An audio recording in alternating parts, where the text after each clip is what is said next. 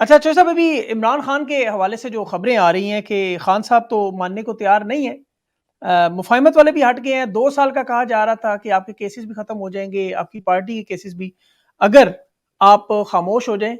लेकिन 2 साल का इंतज़ार खान साहब ने तो इनकार कर दिया। आप इसे कैसे देख रहे हैं? नहीं नहीं, 2 साल की कोई बात नहीं। खान साहब मतलब किसी सूरत में मतलब मुफ़ाहिमत पे आपके ख्याल में क्या बात हुई होगी इनकी? नहीं नहीं, कोई मुफाहमत नहीं है, सिर्फ इतनी बात हो रही है कि आपका जो मैंडेट चोरी हुआ है वो वापस कर देते हैं और आप गवर्नमेंट्स बनाएं। आप हमें ना छेड़े, हम आपको नहीं छेड़ते। अच्छा, मैंडेट वापस करके हुकूमत बनाने की ऑफ़र कर दी है इन्होंने? की हुई है, आपको शायद याद नहीं रहा। हाँ। अच्छा, तो मैंने प, चौधरी साहब लेकिन अगर मैंने अगर जी, जी, आपने बताया था। मैंने लेकिन अगर पीटीआई के जुम्मेदार जराये को कोट किया था 10-15 दिन पहले। जी, जी। जी, जी। कि उन्होंने कहा है कि उमर अयूब या गौहर खान या एबीसी जो आपको, जिस पर आप हाथ रखते हैं, उसको जी, जी। वजीर आजम बना देते हैं और पंजाब में भी उसको वजीर आला बना देंगे और आपके मेन मुतालबे मान लिए जाएंगे। आप ना फौज और फौज की क़यादत पर हमले करेंगे, ना वो आप पर करेंगे, मोरलेस। ठीक।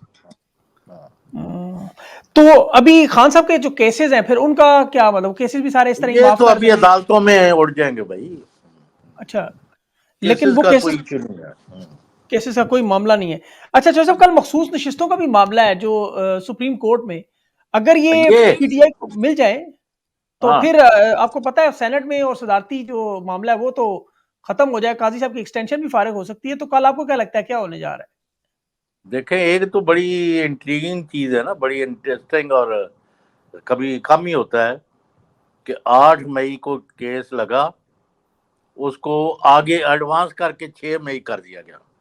जी, ये तो होता है कि 8 का 12 हो जाए या 10 हो जाए या 15 हो जाए। बिल्कुल। ये पहली दफा मैं देख रहा हूँ जी। कि 8 का केस जो है 6 को क्यों लग गया। टाइम नहीं ये देना चाहते होंगे ना जजेस पे दबाव का। नहीं, वो अब और बात है, ये बड़ी अहम डेवलपमेंट है। जी, और जी, जजेस बिल्कुल। भी जो है वो भी इंडिपेंडेंट हैं। हाँ जी, बिल्कुल मंसूर अली शाह साहब हैं, साब आने वाले चीफ जस्टिस, साथ अतर मिनल्ला साहब हैं, दोनों आपको पता है खड़े हैं डट के। अगर ये फैसला हो जाता है चौधरी साहब तो फिर तो बड़ा मामला खराब हो जाएगा। सेनेट में भी सीटें और सदारती इंतखाब भी मतलब मशकूक, तो फिर तो हुकूमत फंस जाएगी। नहीं, मतलब है ये, अगर अक्सरियत जो है इनकी ये लूज कर जाते हैं ना, जी, जी। अगर खवातीन की और माइनॉरिटीज की सीटें जो है मैंडेट के मुताबिक पीटीआई को दे देते हैं, तो जो वो इस वक्त मुस्लिम लीग नून की 120 सीटें हैं, जी, तो वो 100 से भी नीचे आ जाते हैं। बिल्कुल। मेजॉरिटी तो वाक़ई ख़त्म हो जाएगी सर, बिल्कुल। फिर इस सूरत-ए-हाल में आपको क्या लगता है आगे क्या क्या करेंगे? तहरीक-ए-इंसाफ के बाकी पास भी क्या तो ऑप्शन? सारा form 45 has to be implemented. बिल्कुल सही, बिल्कुल सही। अच्छा, इसके ओरिजिनल। साथ-साथ जी, तो बाकी सारी नशिस्तें अगर मिलती हैं, तहरीक-ए-इंसाफ का मैंडेट वापस आ जाता है, तो फिर तो इमरान खान साहब का जो बड़ा मुतालबा है, वो तो तकरीबन हल हो जाएगा। ये सारे मतालबे हल हो जाएंगे जब आपकी गवर्नमेंट हर जगह बन जाएंगी। अब केपी में कोई हो रही है पकड़ दकड़? नहीं, बिल्कुल नहीं हो रही। हाँ, ऐसे नहीं ना होता। तो अभी, यानी दो चीजें ज़हन में रखें जी, आपको। मैंने पहले भी अर्ज किया है, बार बार कहता हूँ, अवाम को शिकस्त नहीं दी जा सकती। अल्लाह के फजल से कौम खान के साथ खड़ी है और खान डट के खड़ा रहा है, और उसका नतीजा है कि आज जो है सारे जो हैं they are submitting to the will of the people. और हुँ, खान की जो डिटर्मिनेशन है, अल्लाह ने उस पर फजल किया है।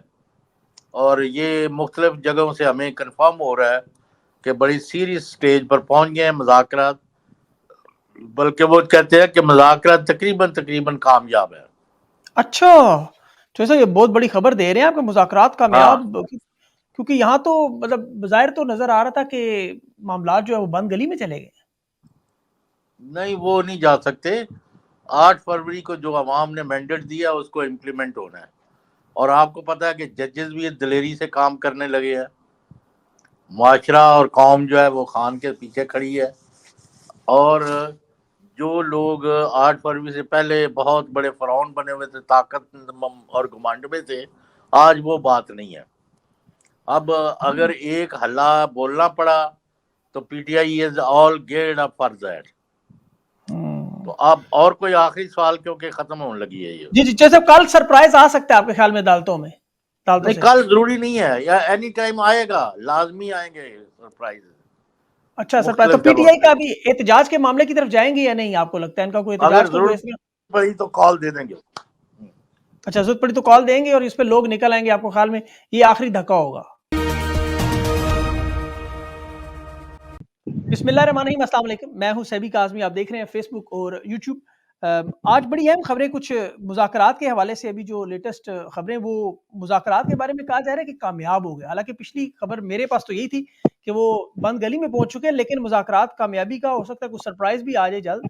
और इमरान खान साहब के केसेस भी हैं, कल अलकादिर ट्रस्ट का मामला भी है, और अगर बाकी मामलात ना हुए तो कल अंदाजा हो जाएगा इस केस से। मखसूस नशिस्तों का भी केस है, तहरीक इंसाफ को अगर मिल गई तो सेनेट और सदारती जो इलेक्शन है उनका क्या बनेगा, ये अजहर सदीक साहब से पूछें। क्या ये दोनों फारिग हो जाएंगे? काजी साहब की एक्सटेंशन जो है वो रुक सकती है? आम तौर पे तारीख हमेशा आगे जाती है, इस दफ़ा 8 मई से ये पहली दफ़ा हमने तारीख पीछे आती है कि 6 तारीख को।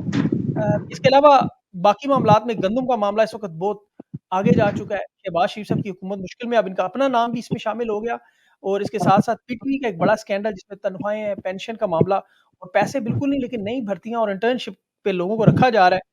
और इसके साथ-साथ सऊदीया का वफ़्द भी पहुँच गया, SIFC वाला मामला, वो ज़मीनें देखने हैं, क्या करने हैं। इसके साथ-साथ जो शहबाज शरीफ का जो पहला बजट है, IMF भी कह रहा है पैसे हम देंगे, लेकिन कुछ गारंटियाँ माँगी जा रही हैं। और मोहसिन नकवी साहब पाकिस्तान क्रिकेट टीम के लिए $1-1 लाख का इनाम कर रहे हैं। समझ में नहीं आ रही, लेकिन शायद ऐलान ही है, जैसे सऊदीया ने किए, ना नोमन तेल होगा, ना राधा नाचेगी। इन्हें अंदाज़ा है इस चीज़ का। अज़हर भाई मेरे साथ मौजूद हैं, बहुत-बहुत शुक्रिया सर, जॉइन किया आपने। सबसे पहले तो अज़हर भाई, अभी जो कल मामला है मखसूस नशिस्तों का, कि अगर तहरीक इंसाफ की तरफ अगर कल जस्टिस मंसूर अली शाह साहब हैं, अतर मिनल्ला हैं, और अगर तीसरे वो हमारे जज साहब हैं, उनका नाम आपके ज़हन में है? बिल्कुल, मज़हर साहब। अब अगर ये मिल जाती है तहरीक इंसाफ को नशिस्तें, तो क्या फिर सेनेट और सदारती जो इलेक्शन है वो क्या सबोटाज हो जाएगा, रुक जाएगा, और काज़ी साहब की एक्सटेंशन खत्म हो जाएगी? क्या मामला होगा? देखिए जी, बहुत शुक्रिया सभी का। असल जो बात समझनी है ना, ये सदारती इलेक्शन है, ये मैं इसमें बाद में बात करता हूँ। पहला इशू जो है वो जो पैकेज है, कॉन्स्टिट्यूशनल पैकेज है, जरा मेरा समझिएगा ध्यान से मेरी बात को। जी जी।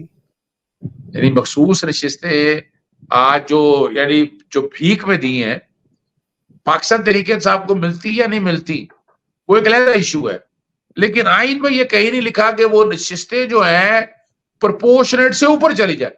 यानी सादा लफ्जों में मैं समझाऊं कि 100 सीटें हैं, तो 100 सीटों में से 100 सीटों जिसकी होंगी उसको 50 खवातीन की सीटें मिलेंगी।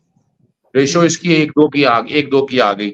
अब जी जी, रेशोस की क्या है? 2:7 है सर, क्या 1-2? नहीं, रेशो तो 272 सीटें वो हैं, वो अपना गालबन 97 के करीब सीटें वो नहीं है। ये मैं आइडिया दे रहा हूँ आम आदमी को समझने के लिए। इन्होंने अपना हक ले लिया, नून लीग ने, पीपल्स पार्टी ने, MQM ने, इनकी जितनी आती थी प्रोपोर्शनेट के मुताबिक मिल गई। अब चूंकि पाकिस्तान तहरीक इंसाफ पार्टी के तौर पर नहीं मानी गई, तो इनकी सीटें उन्होंने कहा इनको नहीं मिलनी, वो उनको दे दे। तो आइन का आर्टिकल 51 और 106 बड़ा क्लियर है। अब ये सीटें देकर 2/3 अक्सरियत पूरी कर दी गई है, समझिएगा बात को। और इसीलिए वो बहुत तेजी से चाहते हैं कि आइन में तरमीम हो जाए। और मैं इसमें एक और चाल बताता हूँ, ये एक जो खबर है ना, जो हमारे पाकिस्तान तहरीक इंसाफ वाले भाई भी नहीं उस बात को पिक कर पा रहे, और ना ही आम आदमी समझ रहा है। देखिए, पेशावर हाईकोर्ट का फैसला तो सिर्फ इतना है कि जब पार्टी खत्म हो जाएगी उसके बाद मखसूस नशिस्तें कहाँ जानी है, वो ये इंटरप्रिटेशन करेंगे कि मखसूस नशिस्तें जो है वो आईनी तरमीम के बगैर दूसरी सियासी जमात को जानी जा सकती है, और ये पॉसिबिलिटी है। नजम सेठी कहते हैं कि ये होना नहीं है। वो कहते हैं इसलिए नहीं होना, कॉन्स्टिट्यूशनल पैकेज होना है। समझिएगा बात को। अब जो मैं आपके सामने बात सामने रख रहा हूं कि जब मैं जब इंग्लैंड से वापस आया ये मामला चल रहा था पेशावर हाईकोर्ट में इलेक्शन से पहले सिंबल लेने का। जी जी मैंने कहा इन्हें कि आप सेक्शन 215 चैलेंज कर दें। सेक्शन 215 जो सिंबल लेने का इख्तियार देता है जी वो आइन से मुतसादम है आर्टिकल 17 से। अच्छा, वो कैसे?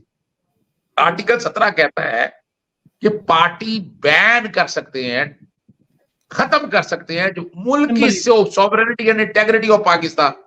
उसके लिए फेडरल गवर्नमेंट एक पहले एक ऑर्डर पास करेगी, फिर सुप्रीम कोर्ट जाएगा, सुप्रीम कोर्ट इसको जज करेगी। यानी इतना सख्त क्राइटेरिया रखा हुआ है। तो ये पार्टी सिंबल लेने से पार्टी तो बैन कर दिया आपने। अच्छा, वो कैसे? सिंबल ले लिया तो आपको कहा कि पीटीआई इलेक्शन नहीं लड़ सकती। अब पीटीआई इलेक्शन नहीं लड़ सकती तो सिंबल अगर ले लिया तो सेक्शन 104 और रूल 94 इलेक्शन एक्ट का कहता है कि आपको मखसूस शिस्तें भी नहीं मिलेंगी। जरा समझिएगा बात को। और मैंने चैलेंज किया, मुझे मना कर दिया गया कि नहीं, ये वापस ले ली जाए। वो पेशावर हाईकोर्ट से हम जीत गए, सुप्रीम कोर्ट ने ठप्पा लगा दिया कि जनाब पार्टी से, चूंकि सेक्शन 215 मौजूद है और सेक्शन 215 किसी ने चैलेंज नहीं किया, ये लिखा हुआ फैसले में। बिल्कुल। मेरी फिर इमरान खान साहब से मुलाकात हुई तो मैंने कहा जी मैं चैलेंज करना चाहता हूं, मेरी बात हुई। उन्होंने कहा तुम चैलेंज कर दो। मैंने चैलेंज कर दिया। लाहौर हाईकोर्ट के सिंगल जज जस्टिस शाहिद बिलाल हसन, यानी मखसूस जजिस के पास केस लग सकता है, उन्होंने ताहियात नाली का केस, सदारती इलेक्शन का सेक्शन 57 का, 144 का और ये वाला केस भी सारे उसी के पास है। हालांकि वो आईनी पोजीशन, आईनी केसेस तारीख में सुनते नहीं रहे। इन्होंने रिजेक्ट कर दी। इन्होंने कहा कि जो है ना, ये पार्टी जो है ना, ये एसोसिएशन है। हालांकि एसोसिएशन तो है नहीं, आर्टिकल 17(2) के तहत। मैंने अगर समझना यहां से बारीक बात, मैंने उसकी इंट्रा कोर्ट अपील फाइल की। इंट्रा कोर्ट अपील उन्हीं जज साहब के पास लगी जो बाकायदा निगरान हुकूमत से, यानी लाहौर हाई कोर्ट में 6-7 जजेस ऐसे हैं जिनके पास ये सारे केसेस लगते रहे और किसी के पास जाने नहीं देते थे। जी, मैंने जल्दी में बहस की और 29 फरवरी को फैसला एक तरह से उन्होंने कहा जी महफूज कर लिया। अब फैसला ना सुनाए, मैं उन्हें बार बार कह रहा हूं कि खत्म करे इसको। मैंने फिर रिट फाइल की, एक वो रिट लगी। उन्होंने कहा जी इकट्ठा सुनेंगे 18 मार्च को। मैं अब एग्जैक्ट डेटें बता रहा हूं आपको। 18 मार्च को उन्होंने कहा जी कि ये केस जो है, अपना जज साहब छुट्टी में चले गए, वो केस सुनाना गया। 19 मार्च को एक और रिट फाइल की, वो जजमेंट रिजर्व होगी, वो बेंच तब्दील हो गया था। अब उसके बाद फैसला ही ना सुनाए, ये बड़ी मुसीबत पड़ गई। भैया तो जल्दी से चाहते हैं काम खत्म हो। एक और रिट दायर की गई, वो चैलेंज किया कि सेक्शन 104 और 94 रूल, वो जस्टिस चौधरी इकबाल साहब के पास लगी, नोटिस हुए, अल्टीमेटली जस्टिस राहिल कमरान शेख के पास आई। मैंने उन्हें कहा कि लार्जर बेंच तश्कील दे दिया जाए। लार्जर बेंच बनाने के ऑर्डर हो गए 25 मार्च को। 6 अप्रैल तक आके उसको डेट दे दी 16 अप्रैल की। अब चीफ जस्टिस लाहौर हाईकोर्ट देखे, खुद बेंच बनाया और गानबर 8 या 9 तारीख को रोस्टर में से 2 जज उनमें से लाहौर से बाहर भेज दिए। अब 16 अप्रैल को केस ये लग रहा था वो लगा ही रहा, जज ट्रांसफर हो गए। अब मैंने शोर डालना शुरू किया। मैंने चीफ जस्टिस को खत लिखा, रजिस्ट्रार को कहा, मैंने कहा ये अपना दरखास्त लगाते हैं, फाइलें लेकर जज साहब पास बैठे हुए, और 29 फरवरी की डेट 14 मई डाल दी। आज भी आप मैं बता रहा हूँ, ये सेक्शन 215 जो है ना, अल्ट्रा वायरी है। ये सिंबल लेने का इख्तियार, आज अगर ये फैसला हो जाए पार्टी भी बहाल हो जाती है और जो मखसूस रिश्तों वाला मामला जो है ना वो भी खत्म हो जाता है। आपके प्रोग्राम के तवज्जो से मैं सिर्फ एक बात खत्म करूं, चीज से मुतालबा करता हूं कि ये वाला मामला, ये आप फाइलें मंगवा ले कि ये लार्जर बेंच के पास, ये कब से मैं कोशिश कर रहा हूं। लाहौर हाईकोर्ट का जो चीफ जस्टिस है ना, वो लार्जर बेंच बनाते हैं ना वो केसों को, यानी लार्जर बेंच के केसों को फिक्स करते हैं। आज फिक्स कर दे, 2 दिनों के अंदर हेयरिंग होगी, ये मामला खत्म हो जाएगा। अब जरा बारीक बात क्या है जी, पाकिस्तान तहरीके इंसाफ को पार्टी के तौर पर हमने नॉमिनेशन पेपर तो दाखिल कर दिए, लेकिन जब नॉमिनेशन पेपर दाखिल करने थे ना, तो साथ नॉमिनेशन पेपर रिजर्व सीटों को भी दाखिल होने थे। हमारी लिस्ट नहीं जाने दी उन्होंने, कहा जी आप पार्टी नहीं है, लिस्ट दाखिल नहीं हुई, नॉमिनेशन पेपर नहीं गए। हमने फौरी तौर पर कहा कि हम पाकिस्तान तहरीके इंसाफ नजरियाती के साथ करते हैं अलायंस। इलेक्शन कमीशन ने उसी दिन ऑर्डर दे दिया गालबन 16 फरवरी को कि जनाब एक पार्टी से पहले आप इस्तीफा देंगे, फिर दूसरी पार्टी में ज्वाइन करेंगे, और वो जमा नहीं होने दिए।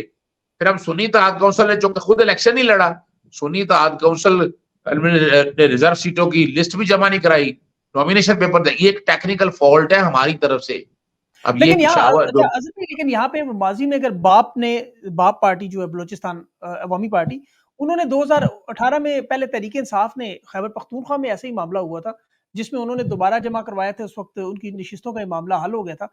बाप के साथ भी हुआ। 2 ऐसे वाकयात हैं। नहीं, उसकी वजह मैं बता दूं आपको, वो था कि लिस्ट एग्जॉस्ट हो गई थी, ठीक है ना जी, लिस्ट एग्जॉस्ट होगी। लिस्ट यहाँ पर तो हम यहाँ तो हमें इलेक्शन कमीशन ने लिस्ट ही दाखिल नहीं करने दी। जो देखा ना इलेक्शन कमीशन का रोल क्या है। अब यहाँ 2 इशू हैं। एक इशू तो ये है कि जो रिजर्व सीटें हैं, अगर पार्टी खत्म हो गई है, नई पार्टी में जम हो गए हैं, हम सुन्नी इत्तेहाद काउंसिल में जम हो गए हैं, तो सुन्नी इत्तेहाद काउंसिल का वो सीटों का तो राइट है ना, तनासब के हवाले से, प्रपोर्शनेट के हिसाब से, वो तो हमें मिलनी है।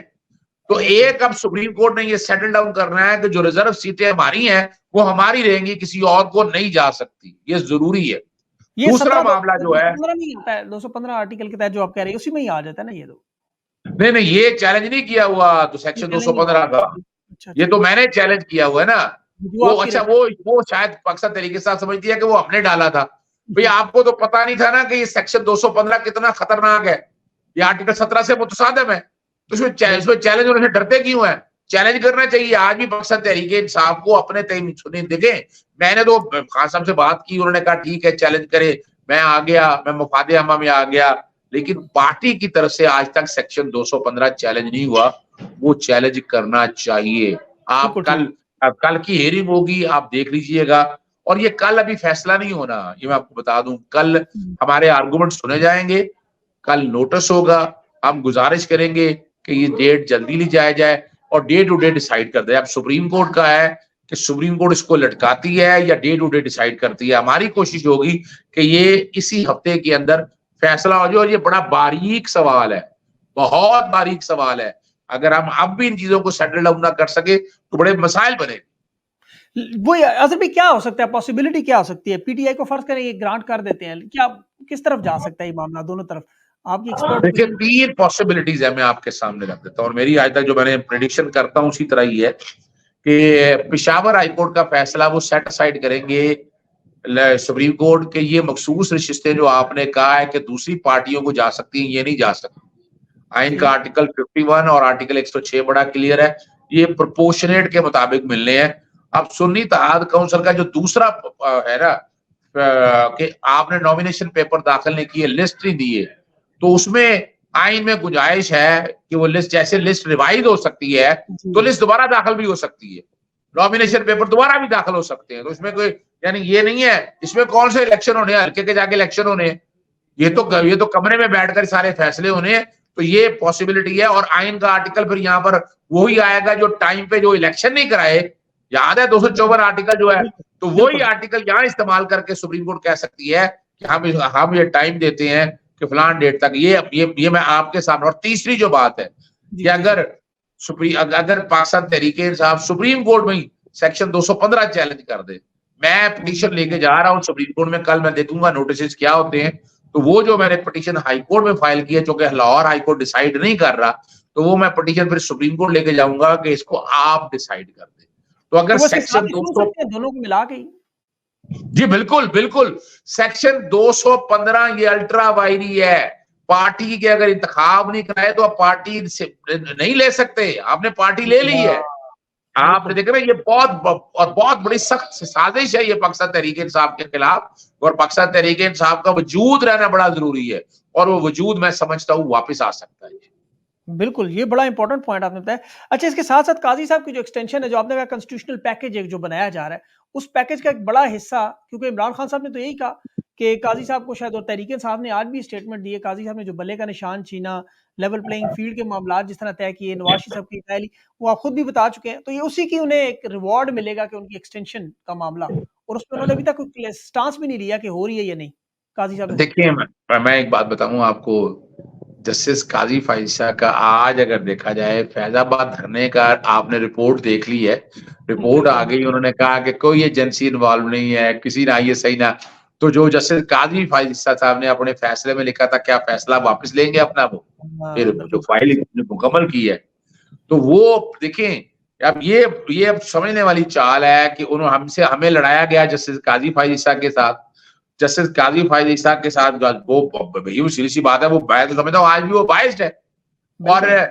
और देखें, हमसे जो है गलती, जैसे हम जस्टिस आमिर फारूक के पास अदम एतमाद का इजहार जैसे हमें करना था, हम उस तरह कर नहीं सकते। चीफ जस्टिस काजी फायद साहब पे भी हमें अदम एतमाद का इजहार करना चाहिए। मैं नहीं समझता कि वो इंसाफ के तकाजे पूरे करते हैं, मैं कानून के तालिब इल्म होने के नाते समझता हूँ। तो इसीलिए क्या था वैसे इस तरह वो आपको याद हो अजहर भाई, उसने वैसे एक तकरीर बाहर आके एक स्पीच की थी अडयाला के बाहर कि काजी साहब पे अदम एतमाद, लेकिन तहरीक इंसाफ नहीं मानी थी उस वक्त, वरना बड़ा फायदा होता शायद। देखिए ये हकीकत है। देखिए हमें बात देखिए दो तरह से चलना है। हम समझते हैं हम नाराज नहीं करना, तो हमने सारे तो नाराज किए हुए, बात समझ रहे। या तो आप ना थोड़ा कड़वा थोड़ा मीठा पप्थू वाला प्रिंसिपल अप्लाई, आप हॉट एंड कोल्ड ब्लो करें आप। लेकिन जब आप करना है तो आपको देखिए दो तरह से केसों को लड़िए। ये केस हैं पॉलिटिकल केसेस हैं, तो पॉलिटिकल लेके चलना है। मुझे आज भी याद है, यानी हमने तोशाखाना इस्लामाबाद हाईकोर्ट में चैलेंज किया था, और जब जस्टिस आमिर फारूक जिस तरह लेकर चल रहे थे, तो फिर बैठ के फैसला हुआ। मैंने फिर लाहौर हाईकोर्ट में वोटर की तरफ से चैलेंज किया, मैं फिर लाहौर हाईकोर्ट में लेकर आया। अब लाहौर का हाईकोर्ट का भी बेंच बन गया, वो बेंच भी जस्टिस शाहिद बिलाल हसन हेड करते थे। कमाल की बात बताऊं आपको, हम बार बार कह रहे थे 5 मेंबर बेंच बैठा है, वो ज़हनी तौर पर फैसला करने के लिए तैयार था कि सेक्शन 137 जो है वो 120 दिन से आगे नहीं जा सकता, और इसमें फैसला कर चुके थे जस्टिस शाहिद करीम भी। लेकिन वो नहीं, कहा गया कि पहले आप जाकर इस्लामाबाद हाईकोर्ट से वापस ले।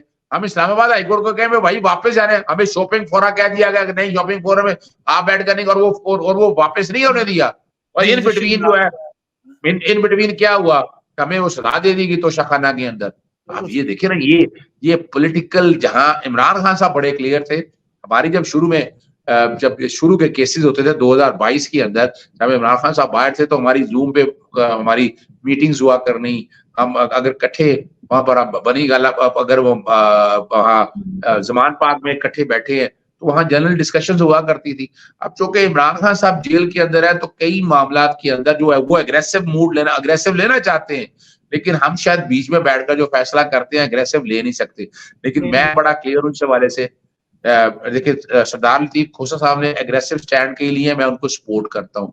बाकी कई दोस्तों हमारे ने एग्रेसिव स्टैंड नहीं लिए, यानी सलमान सबकर बड़ा अच्छा केसों को प्लीड कर रहे हैं, वो अपनी जगह है। अली जफर साहब अपनी जगह प्लीड अच्छा कर रहे हैं, लेकिन एग्रेसिव स्टैंड लेना जो है ना, वो बहुत जरूरी है। एग्रेसिव स्टैंड के बगैर नहीं होगा। बिल्कुल सही कह रहे हैं। जजेस पर दबाव भी सर, इसका भी आपको पता 6 जजेस का लेटर भी है उस पर, वो खुफिया इदारों के जो दबाव का मामला है वो भी अलग है कि अभी खान साहब के जो केसेस साइफर, और अगर ये दूसरा जो उनका इद्दत वाला मामला अगर हल हो, तो अलकादिर का कल आपको पता है समाअत है, हो सकता है उसमें वो वेट कर रहे हो जानबूझ के। अच्छा, सभी बड़ी जबरदस्त बात आप लेके आई है। साइफर के केस में कुछ नहीं रह गया। साइफर का केस तो आप बरियत लिख लें इसमें। हाँ, वो गिलादा बात है, सुप्रीम कोर्ट में उसकी अपील फाइल होगी, सुप्रीम कोर्ट क्या इसको ट्रीट करती है। सुप्रीम कोर्ट अल्टीमेट फोरम है, आखिरी फोरम है, और सुप्रीम कोर्ट क्या कहती है। सुप्रीम कोर्ट उसको हो सकता है इस्लामाबाद हाईकोर्ट का फैसला सेट असाइड कर सकती है, तो अभी हमारे पास एक हडल रहेगी।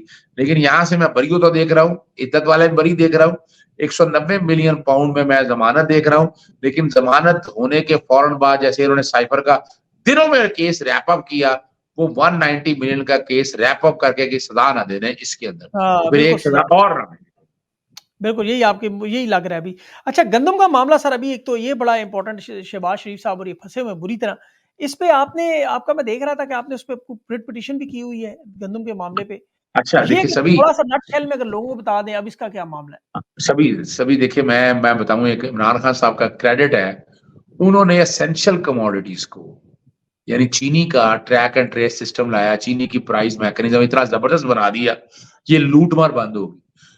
कॉटन के, वीट के अंदर भी बाकायदा प्राइस का मैकेनिज्म उन्होंने भी, और लाहौर हाईकोर्ट के जस्टिस शाहिद जमील ने भी बड़ा जबरदस्त, फर्टिलाइजर को कंट्रोल किया हमने। फिर ऑयल जो कंपनियां जो यहाँ 2 नंबर ऑयल देती थी, और अपना स्टोरेज कैपेसिटी रही थी, और स्ट्रेटेजिक इशू थे ये वाले, उसमें मैंने टेकअप किया।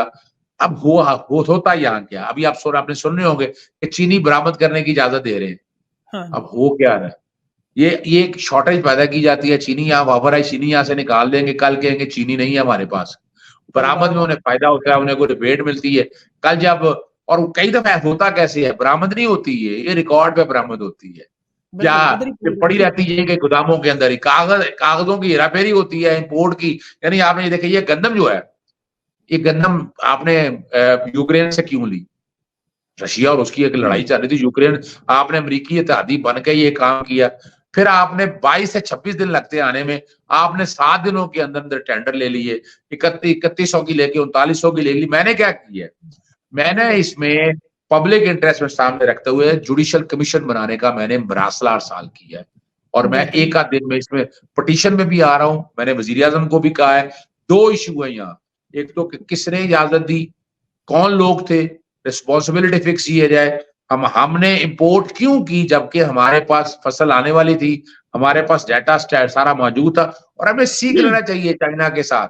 हम अमेरिकी पॉलिसियों के, चाइना में मेरा जाना हुआ तो चाइना में बड़ा जबरदस्त मैकेनिज्म है उनका, ये सेंट्रलाइज सिस्टम है। हर गांव के साथ उन्होंने मंडियां बनाई हुई हैं, ऑटोमेटिक सिस्टम है, हर चीज आती है, गंदम तुलती है, कितनी सप्लाई होनी है, सारा जानी। हमने फर्टिलाइजर के हवाले से जैसे शायद जमीन ने बड़ी कोशिश की ये माफिया को कंट्रोल करने की, यानी हमने अपने कोटों के साथ इन्वॉल्व करके, लेकिन ये ट्रैक एंड ट्रेस सिस्टम चलने नहीं देना चाह रहे ये लोग। और अब हम तो पहुंच गए वहां तक, वजीर मौसूफ कहते हैं कि जनाब मेरे से पहले समरी आ गई, और वो समरी वो secretary national food security captain retired Mahmood है, जिन्होंने नदीपुर में तिया पांचा किया, फिर अपना रावलपिंडी रिंग रोड स्कैंडल में तिया पांचा किया, बरी हो गए वहां से, और उसके बाद अब, और ये पैसा पता नहीं कहां का तकसीम हुआ है। अभी काकड़ साहब जो एक प्रोग्राम में बात कर रहे थे, वो मारिया मेमन के, उससे कह रहे थे कि क्योंकि हमारे पास एक कैप थी, उसमें हमारी जो पैदावार है उससे कम गंदम हमें मिल रही थी, इसलिए हमें इंपोर्ट करनी पड़ी, और फिर शहबाज शरीफ की पीडीएम की हुकूमत में सारा मामला हुआ। अब दोनों इसमें शामिल है, लेकिन वो कह रहे थे जी मैंने तो गरीबों की आवाज सुनते हुए रोटी सस्ती की है उनके लिए। अगर इतनी ज्यादा गंदम पड़ी है तो मुफ्त क्यों नहीं देते लोगों को? अच्छा, बड़ी जबरदस्त बात है। जो तबाही की है ना, ये गंदम लाइनों में देते रहे, आपको पता है। बिल्कुल। और वो भी मैंने पिटीशन फाइल की सर, वो यूक्रेन की बारूद ज़्यादा गंदम है जो लेते ही नहीं दुनिया में। और बड़ी मजेदार बात जो है ना कि भाई रिकॉर्ड के ऊपर है कि गंदम कितनी पड़ी थी, गंदम की शॉर्टेज थी ही नहीं, किसने कह दिया, ये साबित करना होगा ना। अब मेरे पास सबूत है सारे, और मैं लेके जाऊंगा। और फिर आपने गंदम आप लाइनों में लग कर दे रहे थे, और इमरान खान ने एहसास प्रोग्राम में लोगों को ये जो गंदम लाइनों में थैले बांटते दे रहे थे, तस्वीरें लगाकर, वो पैसा अकाउंट में ट्रांसफर होता था। किसी ने गंदम लेनी है, किसी ने कुछ फीस अदा करनी है, कम से कम वो कर सकता था। तो ये इमरान खान को नहीं पकड़ सकते कि इमरान खान का जो विजडम था गरीब आदमी के लिए हेल्थ कार्ड की शक्ल में, एहसास प्रोग्राम की तरह, ये नहीं वो कर सकते। ये बात जितना बता दूं, लेकिन एक बात, इन्होंने देखे, वो गंदम को हाथ लगाया, गंदम के हालात देख ले, पुलिस वालों को हाथ लगाया, वो बेचारे पहले भावल नगर में, आज वो खारिया में ख्वाजा सराओं के हाथों बेचारे तो वो जिधर जिधर हाथ लगा रहे हैं उधर। अब डॉक्टरों पे अल्लाह रहम करे, इनका तो वाकई काम। अच्छा अजहर भाई, एक बड़ा इंपॉर्टेंट पॉइंट जो खान साहब से मुज़ाकरात का मामला है, आपको पता है कुछ मुफाहमती ग्रुप भी हैं। कल तक जो मेरी इन्फॉर्मेशन थी, जनरल लोधी साहब से मैंने जो इंटरव्यू भी किया, वो मुफाहमती ग्रुप की बात भी कर रहे थे, उसमें कुछ बंद गली में मामला चले गए थे। खान साहब आपको पता है 2 साल का मामला जो उन्हें दिया जा रहा था जी, हुकूमत मान लें वगैरह वगैरह, वो उस पर तस्लीम नहीं कर। लेकिन आज चौधरी गुलाम से सब बड़े वसूख से कह रहे हैं और बड़ी अंदर की खबरें भी दे रहे हैं कि मुज़ाकरात तो कामयाब है, कुछ दिनों में सरप्राइज भी आ सकता है, ये हुकूमत तस्लीम करने पर तैयार है, खान का मैंडेट मानने पर तैयार है, लेकिन वज़ीर आज़म के नाम पे थोड़ा सा इन्हें वो जो है काफ़ी कंसर्न्स है। आप कैसे देख रहे हैं सारी सियासी डेवलपमेंट्स को? देखिए, अब आप यूं बात को लें कि इमरान खान साहब का टेलीग्राफ में जो आर्टिकल छपा है, ये छपना ऐसे नहीं है। यानी पॉलिसीज जो है, उनकी पॉलिसीज चल रही थी, काउंटर पॉलिसी के तौर पर ये आर्टिकल आ जाना और ये छप जाना, ये मैं इसको यानी इतना आसान नहीं देख रहा। और दूसरा जो है, उन्होंने देख लिया है कि अब अवाम जो है इमरान खान से पीछे नहीं हट रही है, ये ना वो हालात ज्यादा खराबी की तरफ चले जाए हमें अब। लेकिन ये मुज़ाकरात जो बात है ना, अभी मैं तो इसको तो अभी फिलहाल नहीं देख रहा कि 3-4 इश्यूज ऐसे हैं, यानी जो फॉर्म 45 वाला अगर कबूल कर लें तो एस्टैब्लिशमेंट बिल्कुल किनारे पे लग जाएगी और रोल सारा बड़ा वाज़ेह आ जाएगा। ये कहीं कोर्टों के जरिए कराया जाएगा, ये मैं बता दूं आपको। जहां कहीं सुलह सफाई होगी ना, तो ये कोर्टें ही आकर कहेंगी आकर कि जनाब नहीं, ये फॉर्म 45 ऐसा है, और वो इलेक्शन सेटिसाइड की तरफ जाएंगी, तो ये कि जाएगी। लेकिन अभी दूसरी जो बात खतरनाक है, आप जरा देखें, एक तरफ मुज़ाकरात कामयाब हो रहे हैं, लेकिन दूसरी तरफ पाकिस्तान पीपल्स पार्टी ने गवर्नर अपनी मर्जी के लिए लगा रही है, लेकिन साथ ही वो हुकूमत का हिस्सा बनने जा रही है। बिल्कुल सीट यानी जागते ले रही है।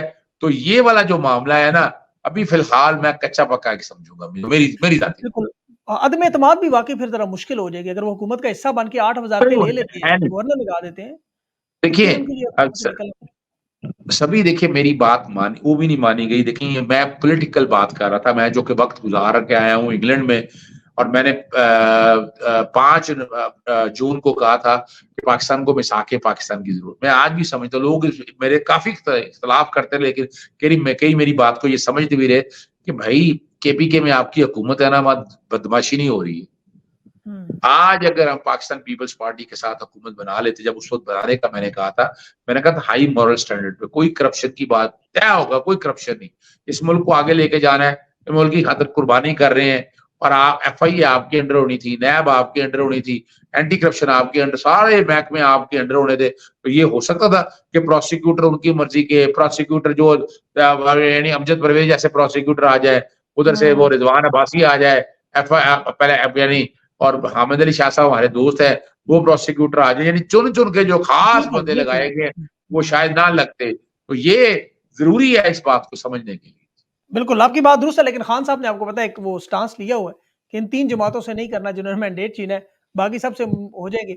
फजल रहमान साहब से भी तैयार है, तो देखते हैं क्या होता है। अजहर भाई आपने अपना बड़ा कीमती वक्त दिया, खासकर ये टेक्निकल बातें बताई जो आवाम को नहीं पता होंगी, बहुत सारी चीजें मेरी भी बल्कि नहीं थी आर्टिकल्स की, उस पर मैं आपका बड़ा मशकूर हूँ। इंशाल्लाह I will be in touch with you sir, thank you so much.